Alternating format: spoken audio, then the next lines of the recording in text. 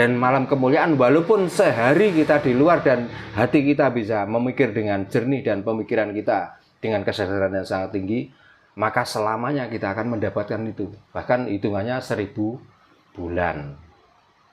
Nah, sekarang kalau dihitung 1000 bulan itu kira-kira berapa tahun?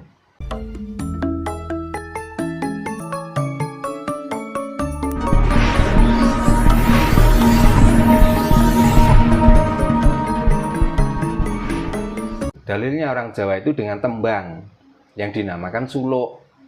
Pathet songo. Pathet artinya putus, songo adalah babakan nawa songo itu. Nah, yang sangsaya dalu hararas itulah dalilnya Lailatul Qadar. Abyor kang lintang kumedhap. Makanya Lailatul Qadar itu tandanya di saat langit itu terang benderang dan bintang-bintang itu muncul semua tanpa ada awan. Itulah yang dinamakan sangsaya dalu hararas abyor kang lintang kumedhap. Tes sunyo wengi artinya di tengah malam, di tengah keheningan alam yang penuh dengan bintang dan langit tidak ada awan dan angin sepoi-poi. Lumrang gandaning puspito. Kalau hati kita terbuka dan pemikiran kita itu berkesadaran tinggi, alam inilah pengejauhan Tuhan itu dengan indahnya, dengan harumnya, dengan segala-galanya, dengan keakbarannya, dengan kebesarannya. Maka lumrang gandaning puspito, kembalinya lalu nikmat yang mana lagi yang kita ingkari atau yang kita nikmat mana yang kamu dustakan? Maka belajar kalau siang hari karena ada panas dan lain sebagainya, mungkin sulit hati ini untuk membuka perasaan kita dan untuk mendapatkan kesadaran yang sangat tinggi. Tapi kalau malam hari, apalagi orang sudah pada tidur, di situ tidak ada suara apa-apa kecuali suara binatang jangkrik atau belalang. Dengan indahnya dia mengepakkan sayapnya sehingga mengeluarkan suara yang begitu mendayu-dayu. Setelah begitu, biasanya kalau di malam hari kita mau keluar dari dalam rumah dan langsung berdiri di alam langsung, melihat dengan keindahan alam dan dengan ciptaannya yang berupa hewan dan lain sebagainya, dengan kepaan sayap sehingga mengeluarkan bunyi-bunyian yang luar biasa. Artinya hewan saja zikir pada alam ini, apalagi kita manusia, mosok kok enak-enakan tidur. Nah, maka disarankanlah kalau orang Jawa di saat tengah malam, tes sunyo wengi, keluarlah di dalam alam ini dan lihatlah cakrawala ini dengan bintangnya, dengan langitnya, kalau ada bulan dengan indahnya bulan. Maka di situ dinamakan malam kemuliaan. Dan malam kemuliaan walaupun sehari kita di luar dan hati kita bisa memikir dengan jernih dan pemikiran kita dengan kesadaran yang sangat tinggi, maka selamanya kita akan mendapatkan itu. Bahkan hitungannya 1000 bulan. Nah, sekarang kalau dihitung 1000 bulan itu kira-kira berapa tahun? Kan kurang lebih sekitar 90 berapa tahun gitu. Iya, Pak. Ya, karena 10 bulan artinya setahun kurang 2 bulan. Kurang 2 bulan. Nah, ini yang dibicarakan 1000. Apakah nyawa orang pada saat ini kira-kira nyampe 1000 bulan? Nggak sampai, Pak. Nah, dengan kesadaran tinggi dan kita menyadari bahwa alam begitu indahnya dengan ciptaan Tuhan yang menjadi tajali dengan pengejauhannya, wantahannya, dengan kesadaran yang sangat tinggi bahwa kita itu kecil dibanding alam, maka kita tidak pantas kalau kita di dunia itu melakukan adigang, adigung, adiguno, lalu sopo siro, sopo ingsun, terus nebah-nebah dodo, sayalah orang pinter, sayalah orang sakti, sayalah orang ahli spirit, sayalah orang ahli melek, dan lain sebagainya. Kalau cuma ahli buat apa? Itu loh. Maka dengan melakukan spirit, melakukan melek dan lain sebagainya, itu sebenarnya hanya membuka mata hati kita dengan pemikiran kita yang sangat jernih, maka disitulah kita itu akan mendapatkan sekti sing tanpa aji, sugih sing tanpa bolo, sugih sing tanpa bondo, ngluruk sing tanpa bolo.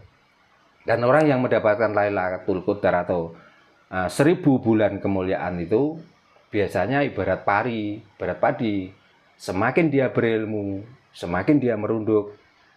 Tapi orang yang tidak mendapatkan itu semua dan tidak sadar bahwa dia itu sebenarnya lebih kecil daripada alam ini, maka setiap dia melakukan ritual, dia melakukan apapun, semakin tua semakin dangar. Makanya kelihatannya banyak orang pintar tapi bodoh, banyak orang sekti tapi kenyataannya nol. Betul. Sebelum dipegang oleh polisi, kowar-kowar, tidak mempan dibacok, tidak mempan di pistol, begitu dikasih gelang monel oleh polisi, baru sadar bahwa saya itu sebenarnya tidak orang sakti. Saya tidak orang berilmu. Nah, sama dengan yang telepon sama Allah. Seandainya ini nggak ada yang protes, ya mungkin dia malah menjadi-jadi sombongnya. Tapi begitu banyak yang protes, dia mengklarifikasi. Itu adalah perumpamaan. Aku di jalur nomor Pak. Nah, makanya itulah buktinya bahwa sebenarnya manusia itu hanya mengikuti akalnya. Nah, akal yang benar gak apa-apa. Ini akal-akal pembodohan pada dirinya masing-masing, bukan pembodohan orang lain. Orang banyak yang dibodohi oleh akalnya, banyak yang dibodohi oleh otaknya, sehingga sampai hukum-hukum Allah dia berani menyampaikan. Padahal Allah sendiri tidak pernah menyampaikan hukumnya. Itu loh. Orang yang mengataskan namakan Allah, hukumnya begini, Allah itu meminta begini. Itu sebenarnya kan saking bodohnya, saking koplake uteke dhewe to. Gitu loh. Ini ada istilah kan namanya malam songo Pak ya, bulan Ramadan. Dan ini sudah menjadi rahasia umum. Ketika sudah malam songo itu kan kebanyakan masyarakat kita dijadikan hari untuk pernikahan, gitu Pak. Padahal kita tahu pernikahan itu kan termasuk upacara yang sakral Pak ya. Kadang 1 tahun 2 tahun kita sebelum nikah kan sudah ngerancang dino lah. Apik dino iki apik eleke kan kita harus ada perhitungan yang matang baru kita laksanakan untuk nikah. Nah, istimewanya apa Pak? Malam songo itu kok dijadikan orang untuk hari pernikahan, padahal kita tahu bahwa pernikahan itu kan sangat sakral. Kalau menurut orang Jawa, monggo Pak Tero. Menurut orang Jawa, kalau orang yang Jawa pintar, dalam arti orang Jawa yang ngerti, justru malam songo itu dihindari. Masalahnya apa?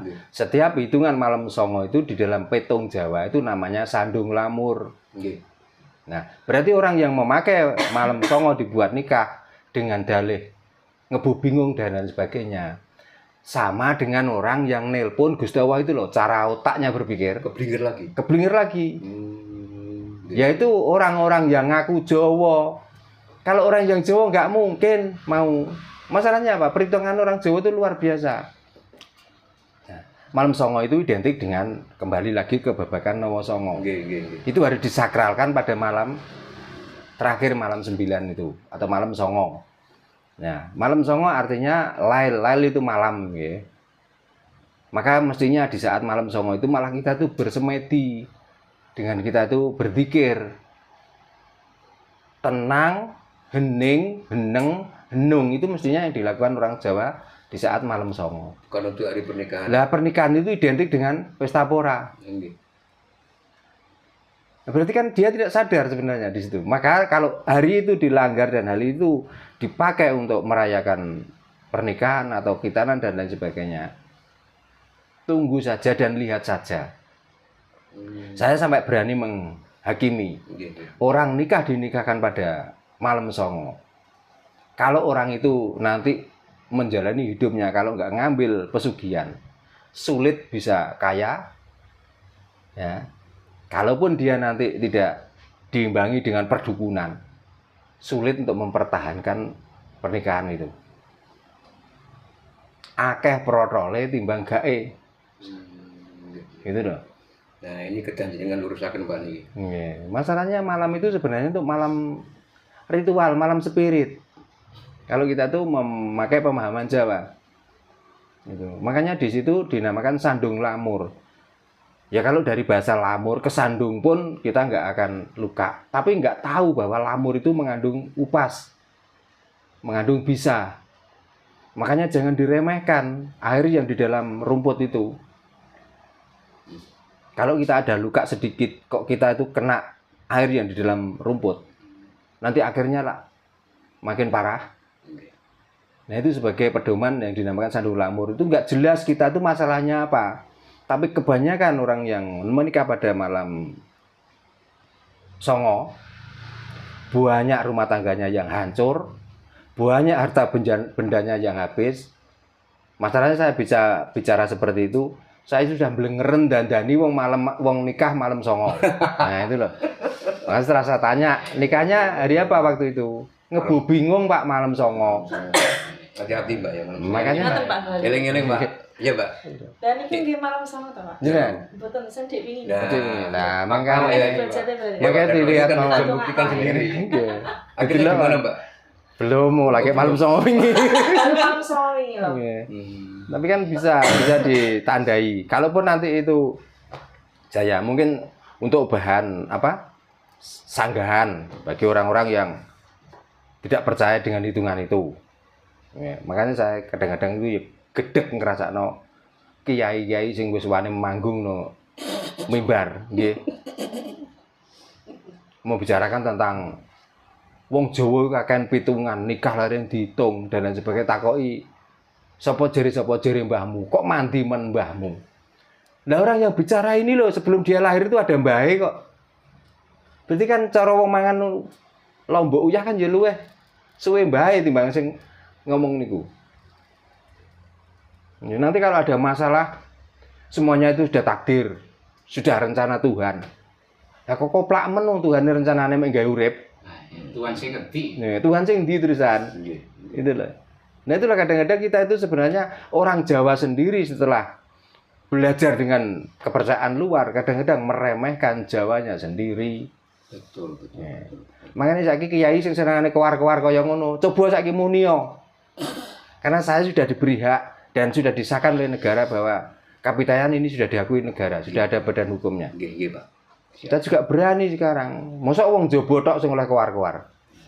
Wong dhewe ora oleh. Iya, makanya agama dari luar di sini saenake dhewe nek ngomong.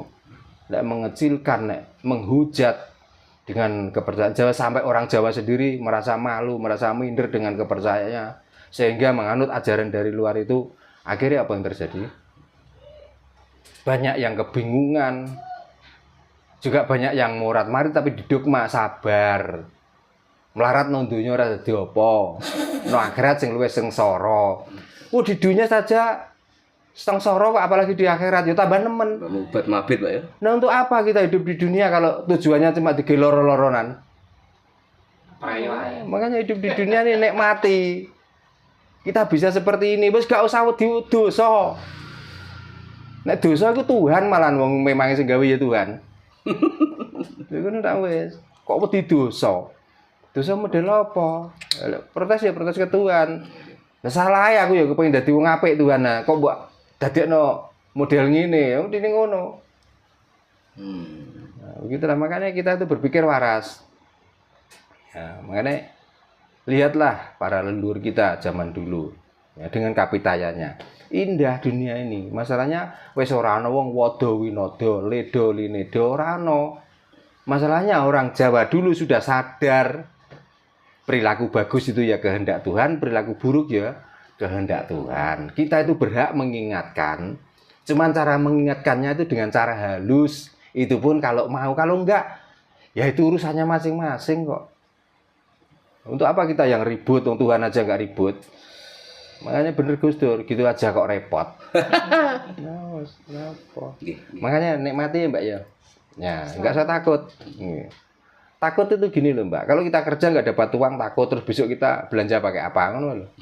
Sip itu Mbak, rumus itu Mbak. Daripada kita yakin keyakinan sih nggak jelas kita selalu melarat, itu gaya apa? Apakah orang yang membuat hukum itu pernah menyumbang? Kira-kira. Boleh kita tuh menghakimi orang lain, perbuatan ini salah, perbuatan ini haram. Maka kamu berhenti mengerjakan yang haram, yang salah. Kebutuhanmu berapa sehari tak tanggung. Nah itu loh baru top, marko top. Hanya mek ngoceh, wong bento yang ngoceh terus dalan ya padha wae kok. Makanya kalau ada orang yang ngomong seperti itu, Mbak, anggapan wong bento. Ya. Betul. Wes saiki rasa wedi sapa-sapa.